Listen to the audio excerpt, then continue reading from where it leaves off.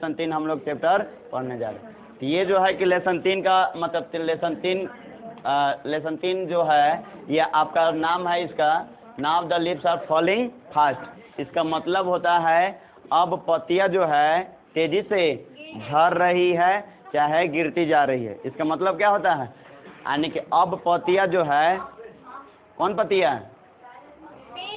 पेड़ की पत्तियां, ठीक है।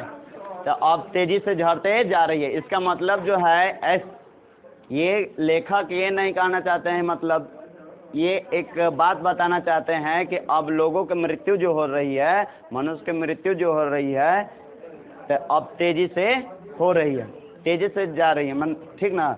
ये अब इसका मतलब ये हुआ, ठीक है। अब देखिए अबाउट द ऑथर के बारे में हम लोग जानकारी लेंगे। देखिएगा अबाउट द ऑथर में देखिए W.H. ऑडेन का पूरा नाम है विंस्टन हग ऑडेन। इनका क्या नाम है? विंस्टन हग ऑडेन। क्या नाम है? W.H. ऑडेन का विंस्टन हग ऑडेन। हग माने क्या होता है? एगो खेसारी लाल का फिल्म था, उसमें कहता है, ठीक है, थोड़ा हग देने का मतलब क्या बोल रहा है? गले लगाने का मतलब बोल रहा था, लेकिन ओकरा कुछ और समझाया था। ये फिल्म में थे। लेकिन यहाँ पे विंस्टन हग ऑडेन, ये 1907 में इनका जन्म हुआ था और 1973 में इनकी मृत्यु हुई थी। जन्म कब हुआ था? 1907 में, मृत्यु 1973 में। Who won the Pulitzer Prize in 1948 for his collection The Age of Anxiety, was a versatile and intellectual, vigorous poet, verse, dramatist, critic, translator and editor। यहाँ से ध्यान से सुनिए। अब ये जो है कि देखिए इनको इनको पुलिट्जर प्राइज मिला था 1948 में। पुलिट्जर प्राइज कब मिला था? 1948 में। और यहाँ पे देखिए किसके लिए पुलिट्जर प्राइज मिला था? ये जो बुक लिखे थे the age of anxiety, the age of anxiety के लिए यहाँ इनको पुलिट्जर प्राइज मिला हुआ था। कब मिला था? 1948 में। पुलिट्जर प्राइज कब मिला था? 1948 में। किन को? W.H. ऑडेन को। अब यहाँ पे देखिएगा, और यहाँ पे जो है कि देखिए इनको भिगोरस पोएट के नाम से जाना जाता है। भिगोरस पोएट के मतलब जो है, देखिए यहाँ पे देखिएगा, इंटेलेक्चुअल माने क्या होता है? बौद्धिक रूप से। क्या होता है? बौद्धिक रूप से। बौद्धिक रूप से के मतलब यहाँ पे जो है कि ये क्रिश्चियन के बारे में बाद में तो लिखने लगे लेखक, ये उनके कविता। लेकिन यहाँ पे देखिएगा ये ड्रामाटिस्ट के नाम से भी फेमस हुए थे। ये ड्रामाटिस्ट यानी कि नाटक भी लिखे थे। और क्रिटिक माने होता है कुछ खामियां, मतलब खामियां होता है। ये जो लेखक जो हैं कि कोई भी काम होता नहीं है तो उसमें कोई कमी निकाल देता है। खामियां का मतलब जो होता है कि कमी निकालना किसी भी काम में। मान लीजिए कि आप कोई भी काम कर रहे हैं, अच्छा से अच्छा अपना बेहतर तरीके से कर रहे हैं, कोई ना कोई ऐसा आदमी रहता है कि कुछ ना कुछ उसमें खामियां निकाल देता है, यानी कि गलती निकाल देता है। तो इसी तरह से ये लेखक थे, ये किसी में क्या करते थे? खामियां निकालते थे। और ये अनुवादक थे और संपादक भी थे। किसी भी चीज़ को अंग्रेजी से हिंदी कर देते, हिंदी से अंग्रेजी कर देते थे, ये अनुवादक थे, ठीक है। और यहाँ पे संपादक भी थे। यहाँ पे देखिए, poetry to him was a serious game which should depend people's self awareness, but it should in no case directly affect men's political और रिलीजियस चॉइस।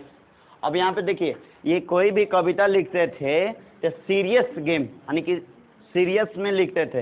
ये नहीं कि मजाक में कोई भी बात लिखा जाए। और ये नया नया वर्ड चुन कर इसमें रखते थे।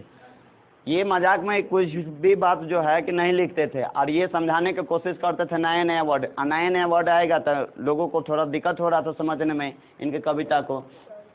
और ये जो है कि देखिए डिपेंड यानी कि पूरी गहरी रूप से लोगों को समझाना चाहते थे। और लेकिन यहाँ पे देखिएगा, और इनकी स्थितियाँ जो है डायरेक्टरी जो है मेंस पॉलिटिकल यानी कि राजनीति में जो लोग जो रहता है उस पर ये गहरी रूप से बातें बताते थे। कौन?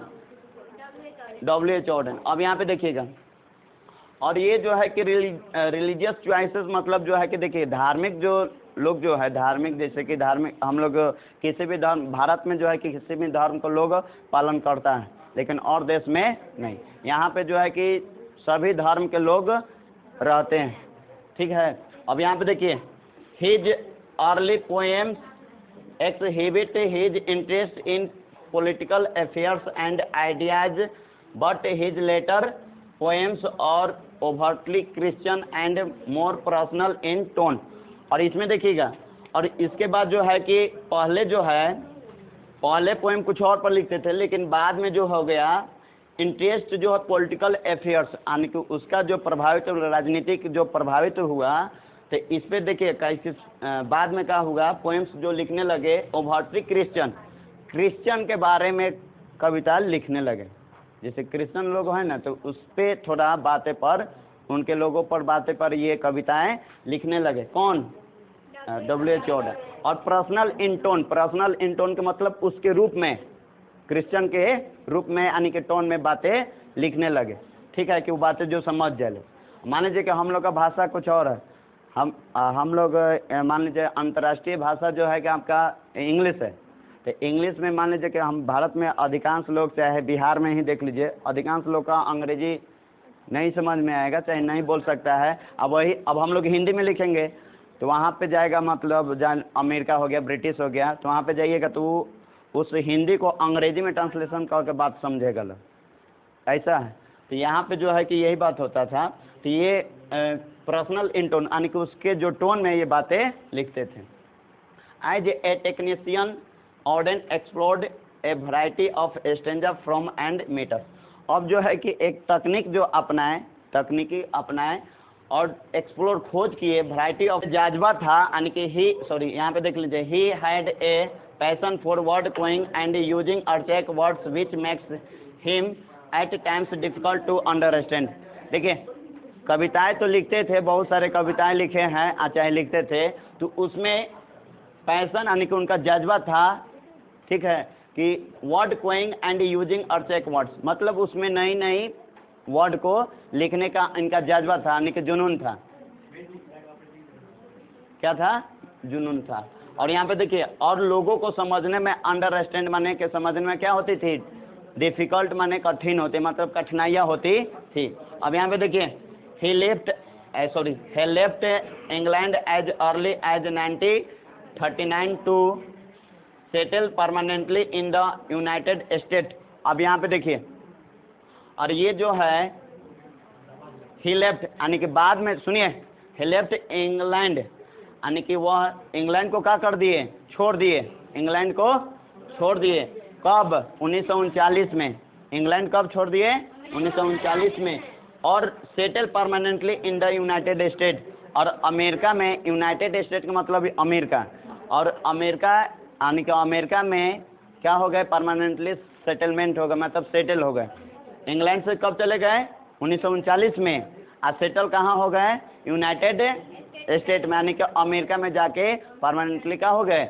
मतलब सेटल हो गए, वहीं पे रहने लगे। कौन? W.H. ऑर्डन। यहाँ पे यही बात बोल रहा था। कब छोड़े?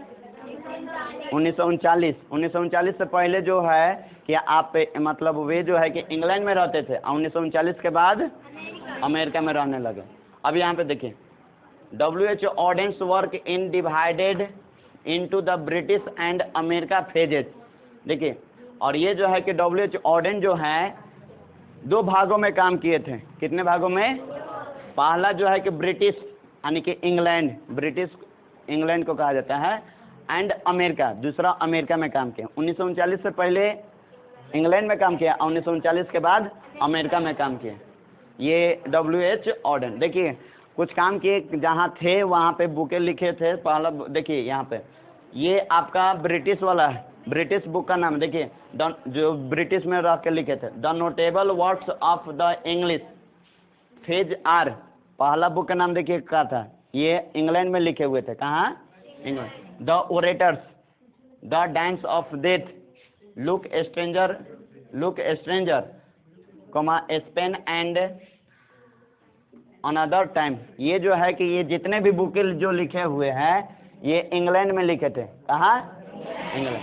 अब यहाँ पे देखिए, द नोटेबल वर्क्स, ये पूछता है परीक्षा में, कि अमेरिका में और इंग्लैंड में कौन कौन से बुकें जो लिखे हुए हैं।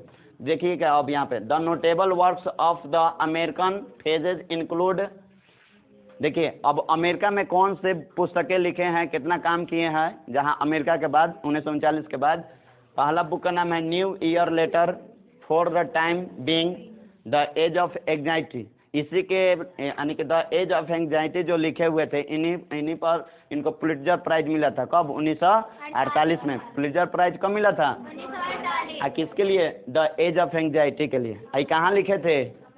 अमेरिका में, तब पुलित्जर प्राइज मिला था इनको 1948 में। एंड द शील्ड ऑफ एचिल्स, ये हो गया, ये कहाँ बुके लिखे थे?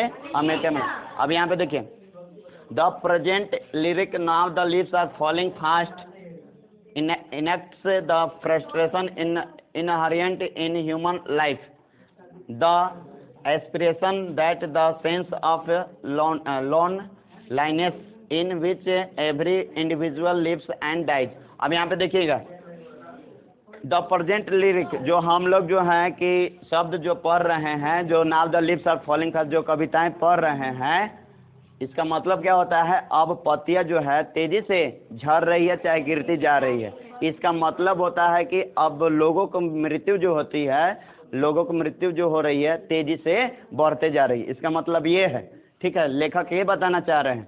अब देखिए यहाँ पे,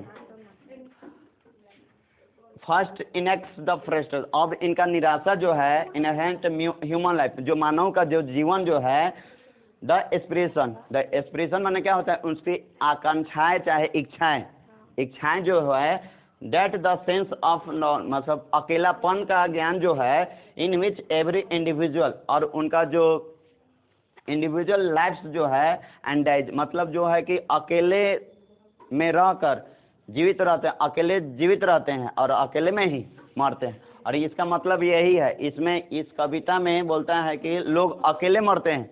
अब दूसरे के लोग के थोड़ी लेकर लोग मरेगा, अकेला आया है तो अकेला ही जाएगा ना। इसका मतलब जो है ह्यूमन लाइफ में यही बात बताना चाहते हैं। और now the leaves are falling fast में ये W.H. ऑडेन जो है कि लोगों को मृत्यु जो होती है कि अकेले ही हुई है, और जन्म जो होगा अकेले ही हुआ, मृत्यु भी होगी तो अकेले ही, तो अकेले आया है और अकेले जाएगा। इस कविता में W.H. ऑडेन यही बताए हुए हैं। चलिए।